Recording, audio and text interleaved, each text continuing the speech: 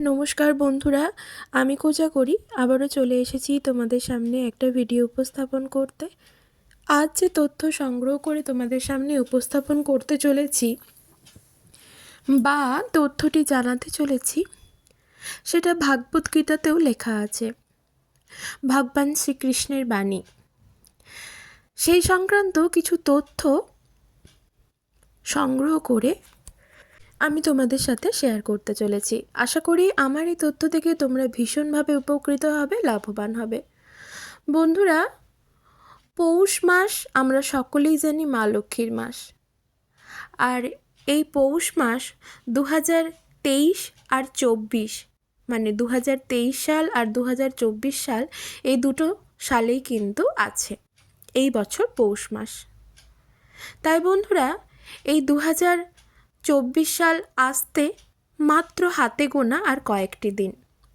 2023 আমরা খুব চটজলদি অতিক্রম করে ফেলব। আমি জানি হয়তো ভালো মন্দ সকল কিছু নিয়েই 2023 সাল আমাদের কেটেছে। হয়তো খুব ভালোও কাটেনি, খুব খারাপও কাটেনি। অনেক কিছু পেয়েছি, আবার অনেক ভীষণ দামি দামি জিনিস, মানে যারা আমাদের কাছে ভীষণ মূল্যবান মানুষ, আমরা তাদেরকে হারিয়েও ফেলেছি।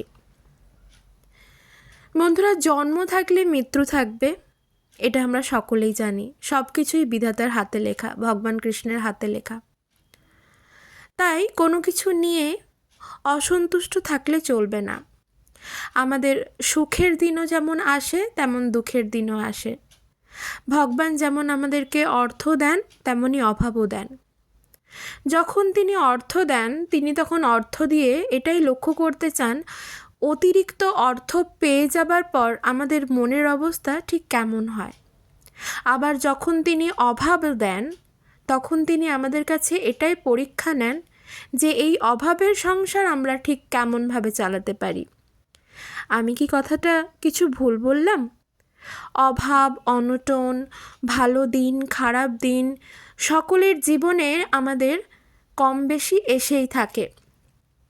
তাই বন্ধুরা, যেই জিনিসটাই আসুক না কেন, সেই জিনিসটা আমাদেরকে মাথা পেতে নেওয়া উচিত। ভাগবত গীতায় এমনই বলা আছে। কারণ বন্ধুরা, আলো থাকে বলেই আমরা অন্ধকারের কদরও বুঝি, আবার অন্ধকার নেমে আসে বলেই আমরা আলোর কদরকে এতটা দিই। হাতের 5টা আঙুল যেমন সমান নয়, তেমন আমাদের আশেপাশের 5টা মানুষও কিন্তু সমান কখনোই হবে না। এটা ভাবাও ভুল।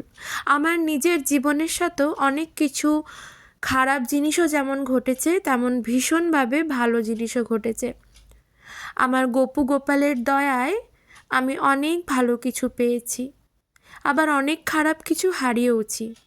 তবে আমার মনে হয় সেটা হয়তো আমার জীবনে ভীষণভাবে খারাপ ছিল, সেই জন্যই সেই জিনিস আমি কাটিয়ে ফেলেছি। তাই বন্ধুরা, এই 2024 সাল আসার সাথে সাথে আমাদের জীবনেও কিছু চেঞ্জ আনা দরকার। হয়তো অনেকেই জানো, অনেকেই জানো না, বা অনেকেই এটা মানেন বা অনেকেই মানেন না। তবে এটাই দৃঢ় সত্য কথা, আমাদের স্বভাব যদি আমরা চেঞ্জ করতে পারি, স্বভাব অভাবেও চেঞ্জ হয়, আবার স্বভাব যদি তুমি নিজে মনে করো তুমি চেঞ্জ করবে, চেঞ্জ করতে পারো। তাই বন্ধুরা, কোনো কিছু ভালো পাবার জন্য কিছু কিছু জিনিস ত্যাগ করাও দরকার। ধৈর্য সবার আগে দরকার।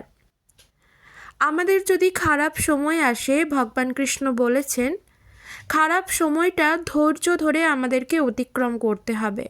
আমাদের ভেঙে পড়লে চলবে না, কারণ এটা আমি নিজে ভীষণভাবে উপলব্ধি করেছি।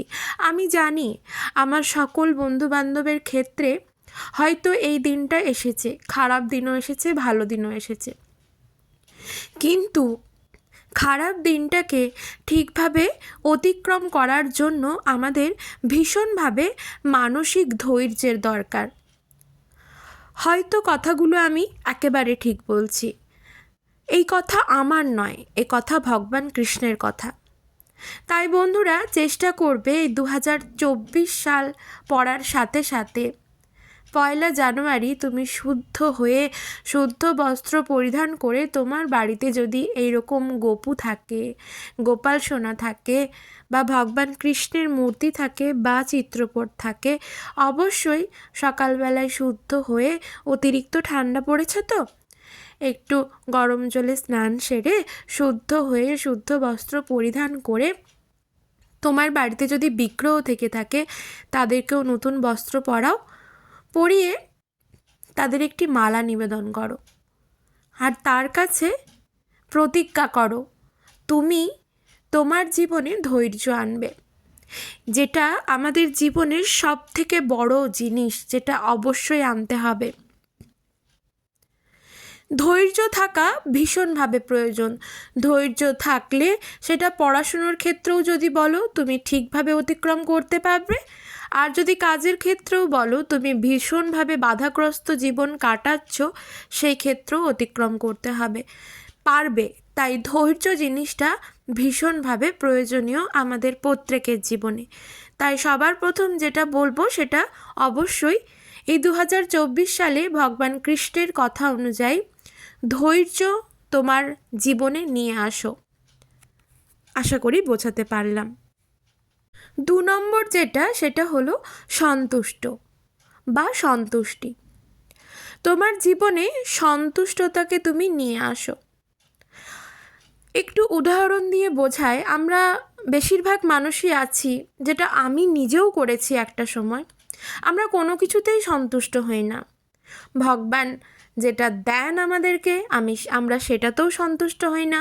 বেশি দিলে মনে হয় আরও একটু বেশি হলে ভালো হতো, সেটা অন্ন, অর্থ, বস্ত্র, যার ক্ষেত্রেই বলতে পারো।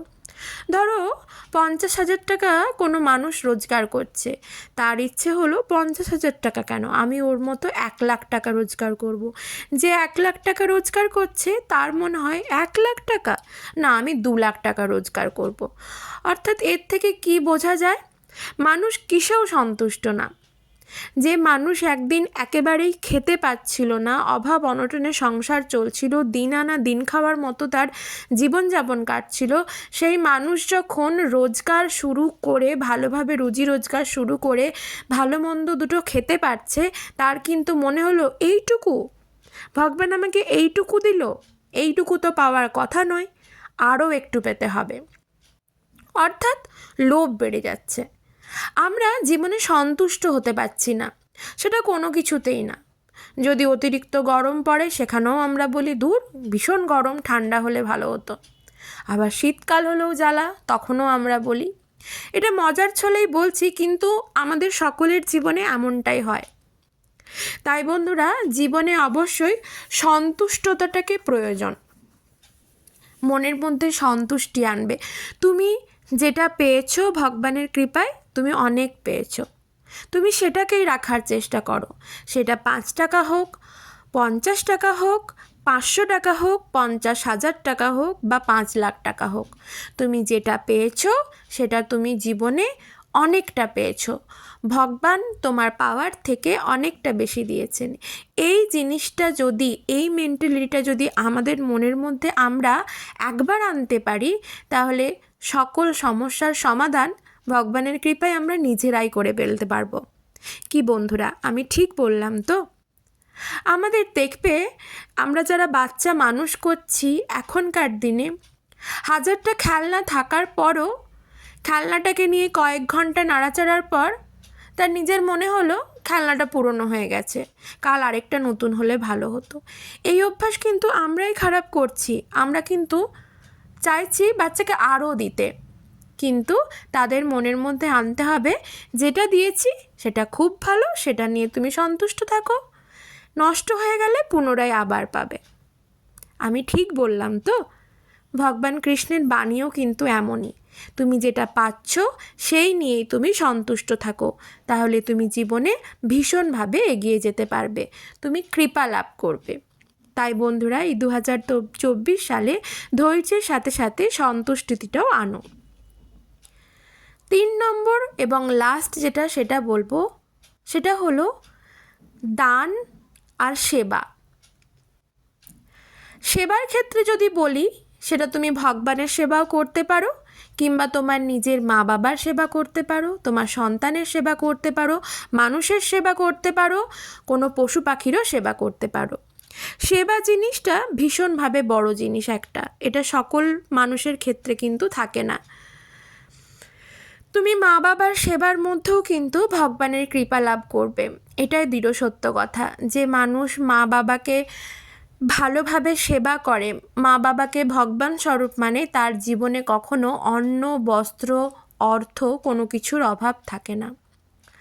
আর দান যদি বলি, সেটা মনের মধ্যে তুমি মনে পজিটিভিটি রেখে, তোমার মনে দৃঢ় বিশ্বাস রেখে, তোমার অহংকার বোধ সরিয়ে যদি তুমি দান করতে পারো, কোনো মানুষকে প্রতিদিন একটা 5 টাকার বিস্কুটও খাওয়াতে পারো না, তাহলে তুমি জানবে ভীষণ বড় কাজ করছো। তুমি তার দ্বারা ভগবানের কৃপা লাভ করবে, ভগবান কৃষ্ণের কৃপা লাভ করবে, বিষ্ণুর কৃপা লাভ করবে, মা লক্ষ্মীর বিরাট আশীর্বাদ পাবে। তোমার জীবনে কখনো অন্নের আর অর্থের অভাব কখনো থাকবে না। যদি পশু পাখিরও সেবা করো, যদি রাস্তায় কুকুরের সেবা করো, ঠান্ডায় কষ্ট পাচ্ছে কুকুরটার গায়ে কিছু চাপা দিলে, বাটির মধ্যে কিছু খাবার রেখে দিলে পাখি এসে খাবার খেয়ে গেল, জল খেয়ে গেল, এই জিনিসগুলো ভগবানের কৃপায় যদি তুমি করতে পারো, ভীষণভাবে উপকৃত হবে বন্ধুরা। তাই 2024 সাল পড়া মাত্রই এই 3টে জিনিস তোমাদের মনের মধ্যে আনো, ভীষণভাবে উপকৃত হবে। সবাই ভালো থেকো।